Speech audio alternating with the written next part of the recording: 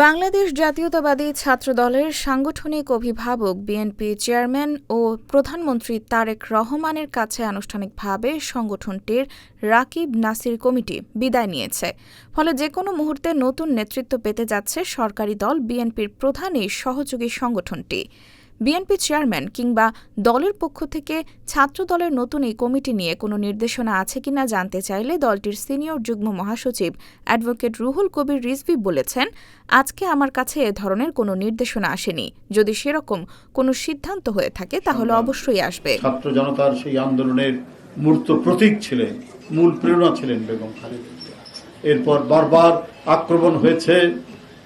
আক্রমণ করা হয়েছে গোটা দেশকে, জাতিকে, গণতন্ত্রকে আক্রান্ত হয়েছে। আজ শুক্রবার ১৪ আগস্ট বেলা ৩:৩০টায় রাজধানীর নয়াপল্টনে বিএনপির কেন্দ্রীয় কার্যালয়ে এক সংবাদ সম্মেলনে সাংবাদিকদের এক প্রশ্নের জবাবে একথা বলেন তিনি। রাকিব নাসির কমিটি বিদায় প্রসঙ্গে রুহুল কবির রিজভী বলেন, এটা নিঃসন্দেহে দলের হাইকমান্ড তাদের সাথে কথা বলছেন। তাদের সাথে কি কথা হয়েছে, তাতে কি নির্দেশনা দেওয়া হয়েছে, এটা আমি এই মুহূর্তে বলতে পারব না। আর যদি চূড়ান্ত পর্যায়ের কিছু হয়, নতুন কিছু হয়, তো সেটা তো নিঃসন্দেহে আমরা প্রেস রিলিজ আকারে আপনাদেরকে বলে দেব। এখন পর্যন্ত আমার কাছে কোনো নির্দেশনা আসেনি।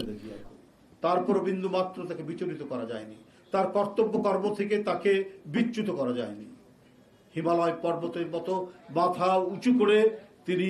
প্রসঙ্গত, গতকাল বৃহস্পতিবার ১৩ আগস্ট রাতে রাজধানীর গুলশানে বিএনপির চেয়ারম্যানের রাজনৈতিক কার্যালয়ে এই বিদায়ী সাক্ষাৎ অনুষ্ঠিত হয়।